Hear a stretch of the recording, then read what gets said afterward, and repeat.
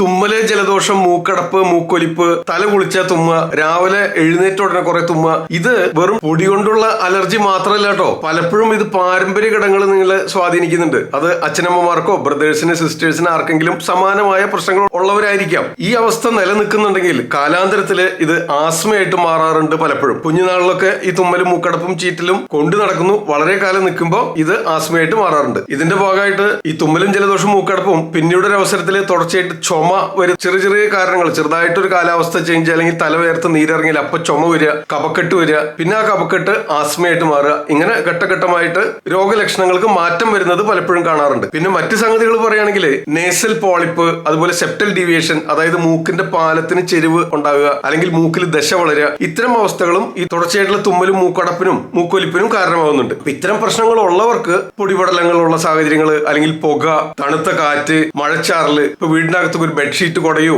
അല്ലെങ്കിൽ എന്തെങ്കിലും പഴയ ബുക്സ് എടുത്ത് വെക്കുകയോ അല്ലെങ്കിൽ ഒന്ന് അടിച്ചു തൂത്ത് വൃത്തിയാക്കുകയോ ഒക്കെ ചെയ്താൽ മതി. അതുപോലും ഇത്തരക്കാർക്ക് തുടർച്ചയായിട്ടുള്ള തുമ്മലും ജലദോഷവും മൂക്കടപ്പും ആസ്മ പോലുള്ള ബുദ്ധിമുട്ടുകൾ ഉണ്ടാക്കാനായിട്ട് സാധ്യതയുണ്ട്. ഇതിനോടനുബന്ധിച്ച് അവർക്ക് കണ്ണിലും മൂക്കിലും തൊണ്ടയിലും ഒക്കെ ചൊറിച്ചിൽ അനുഭവപ്പെടുക, ചിലർക്ക് ശരീരത്തിൽ ആസകലം ചൊറിച്ചിൽ അനുഭവപ്പെടുക, ഇത്തരം ലക്ഷണങ്ങളൊക്കെ പൊതുവെ കാണിക്കാറുണ്ട്. ആയുർവേദ രീതിയിൽ ഇതിന് ദോഷങ്ങൾക്കനുസരിച്ച് വികല്പിച്ചാണ് ചികിത്സ നിശ്ചയിക്കേണ്ടത്. ഓരോ വ്യക്തികളിലും വ്യത്യസ്ത രീതിയിലായിരിക്കും പ്രതികരണം. അത് ഏതേത് ദോഷത്തെയാണോ കൂടുതൽ ബാധിക്കുന്നത് അതിനനുസരിച്ചായിരിക്കും അതിന്റെ ലക്ഷണങ്ങൾ പ്രകടിപ്പിക്കുക. വാദികമായിട്ടുണ്ടാകാം, പൈത്തികമായിട്ടുണ്ടാകാം, കഫജ ലക്ഷണങ്ങളും കാണിക്കാം. ദേഹപ്രകൃതിയും രോഗലക്ഷണങ്ങളും ഏത് രീതിയിലാണെങ്കിലും ഇത്തരം പ്രശ്നങ്ങൾ ഉള്ളവരാണെങ്കിൽ പൊതുവെ പൊടിപടലങ്ങളും പുകയും ഒക്കെ ഒഴിവാക്കി ജീവിക്കുന്നതായിരിക്കും കൂടുതൽ ഉചിതം. അതുപോലെ തന്നെ തലവേർത്ത് നീരിറങ്ങിയാലും ഇത്തരക്കാർക്ക് പ്രശ്നമാണ്. ഒപ്പം തന്നെ മഞ്ഞ് കൊള്ളുക, മഴച്ചാറിൽ കൊള്ളുക, കാറ്റ് കൊള്ളുക, തണുത്ത വെള്ളം കഴിക്കുക, ഐസ്ക്രീമും കൂൾ ഡ്രിങ്ക്സും ഒക്കെ കഴിക്കുക, AC കൂടുതൽ സമയം ഇരിക്കുക, ഇതൊന്നും ഇത്തരക്കാർക്ക് പറ്റില്ല. കാരണം ഈ രോഗാവസ്ഥ ഇത് കഫസ്ഥാനത്തെയാണ് ബാധിക്കുന്നെങ്കിലും വാദത്തിന് അവിടെ പ്രാധാന്യമുണ്ട്. അപ്പൊ അതുകൊണ്ട് തണുപ്പ് തട്ടുന്നത് തീർച്ചയായിട്ടും ഒഴിവാക്കണം. കുളിക്കാനും കുടിക്കാനും ഭക്ഷണവും എല്ലാം ചൂടോടെ ശീലിക്കുന്നതായിരിക്കും ഇത്തരക്കാർക്ക് കൂടുതൽ അനുയോജ്യം. അതുപോലെ തണുപ്പ് തട്ടാതിരിക്കാനായിട്ട് പ്രത്യേകിച്ച് തണുപ്പ് കാലങ്ങളിൽ, മഞ്ഞുള്ള സമയത്തും മഴക്കാലത്തും, ഇനി ഉയർന്ന തണുപ്പ് കൂടിയ പ്രദേശങ്ങളിൽ ജീവിക്കുന്നവരൊക്കെ ആണെങ്കിൽ മങ്കി ക്യാപ്പ്, മഫ്ലർ, ഇത്തരം സംഗതികൾ കരുതുന്നത് നന്നായിരിക്കും. പതിവായിട്ട് നിത്യേന ചൂടുവെള്ളം കുടിക്കുന്നതാണ് ഇത്തരക്കാർക്ക് നല്ലത്. കുടിക്കാനായിട്ട് ചുക്കുവെള്ളോ അല്ലെങ്കിൽ തുളസി ചതച്ചിട്ട് വെന്ത വെള്ളമോ ഒക്കെ പതിവായിട്ട് ശീലിക്കാം. ഫ്രിഡ്ജിലെ വെള്ളം, തണുത്ത സംഗതികൾ തീർച്ചയായിട്ടും ഒഴിവാക്കണം. അതുപോലെ യൂക്കാലി തൈലം കൊണ്ടോ പുതിനയില ചതച്ചിട്ടോ പനിക്കൂർക്കയില ചതച്ചിട്ടോ വെള്ളം തിളപ്പിച്ച് അതിന്ന് ആവി പിടിക്കുന്നതും ഇത്തരക്കാർക്ക് നല്ലതാണ്. വാരിപ്പുറങ്ങളിലും നെഞ്ചിലും പുറത്തുമൊക്കെ യൂക്കാലി തൈലം അല്ലെങ്കിൽ കരയാമ്പു തൈലമൊക്കെ ഓരോ തുള്ളി വീതം തൊട്ടു പുരട്ടുന്നത് തീർച്ചയായിട്ടും ആശ്വാസം ലഭിക്കുന്നതിന് സഹായകരമാവും. അതുപോലെ ഈ രോഗാവസ്ഥയിൽ മാത്രമല്ല, ശിരസിനെ ആശ്രയിച്ച് എന്ത് രോഗാവസ്ഥകൾ ഉള്ളവരാണെങ്കിലും തലകുളി കുറയ്ക്കുന്നത് നന്നായിരിക്കും. ആഴ്ചയിൽ ഒരു ദിവസമോ 4 ദിവസത്തിൽ ഒരിക്കലോ ഒക്കെ തല കഴുകുന്നതായിരിക്കും ഉചിതം. ചൂടുകാലത്തൊക്കെ തല വേർത്ത് നീരിറങ്ങാൻ സാധ്യതയുണ്ട്, ശരിയാണ്. അത്തരക്കാര് നല്ല ചൂടുവെള്ളത്തിൽ തോർത്തുമുണ്ട് മുക്കിപ്പിഴിഞ്ഞ് തുടയ്ക്കുക, തല തുടയ്ക്കുന്നതായിരിക്കും ഉചിതം. 4 ദിവസത്തിൽ ഒരിക്കലോ ആഴ്ചയിൽ ഒരു ദിവസമോ തല കുളിക്കുകയും ചെയ്യാം. വളരെയധികം സമയം തുടർച്ചയായിട്ട് ഷവർ തുറന്നിട്ട് തല കുളിക്കുക,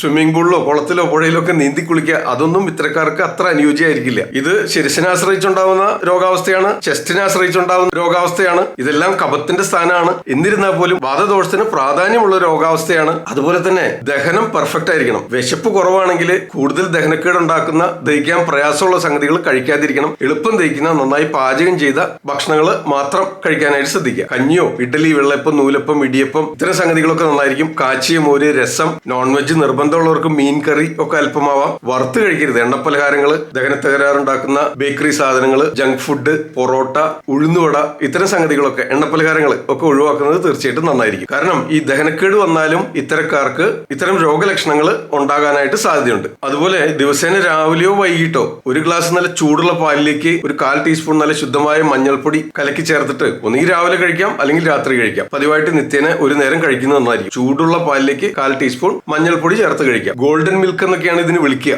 രോഗപ്രതിരോധ ശേഷി വർദ്ധിപ്പിക്കുന്നതിനും ഇത്തരം രോഗലക്ഷണങ്ങൾ തടയുന്നതിനും ഒരു പരിധിവരെ ഇത് പതിവായിട്ട് സേവിക്കുന്നത് സഹായകരമാവും. ഈ വാദവും വർദ്ധിച്ചിരിക്കുന്നുണ്ട്, കഫവും വർദ്ധിക്കുന്നുണ്ട്. ഈ രോഗാവസ്ഥയിൽ ഇപ്പൊ ദഹനശക്തി കുറവായിരിക്കും. ദഹനക്കേടുമായി ബന്ധപ്പെട്ടുള്ള രോഗാവസ്ഥകൾ വരാൻ സാധ്യതയുണ്ട്. ആമാശയത്തെ ആശ്രയിച്ച് കഫം വർദ്ധിച്ച് പിന്നീട് അത് ഉരസിനെ, ചെസ്റ്റിനെ ആശ്രയിച്ച് ചുമ, കഫക്കെട്ട്, ആസ്മ, ഇത്തരം രോഗലക്ഷണങ്ങളിലേക്ക് നയിച്ചേക്കാം. അപ്പൊ അതുകൊണ്ട് ദഹനം പെർഫെക്റ്റ് ആയിട്ടിരിക്കുന്നതിന് ജിഞ്ചർ ടീ ഒക്കെ കുടിക്കുന്നത് നല്ലതാണ്. രസം കഴിക്കുന്നത് നല്ലതാണ്. കാച്ചിയ മോര് കഴിക്കുന്നത് നല്ലതാണ്. സംഭാരം കഴിക്കുന്നത് നല്ലതാണ്.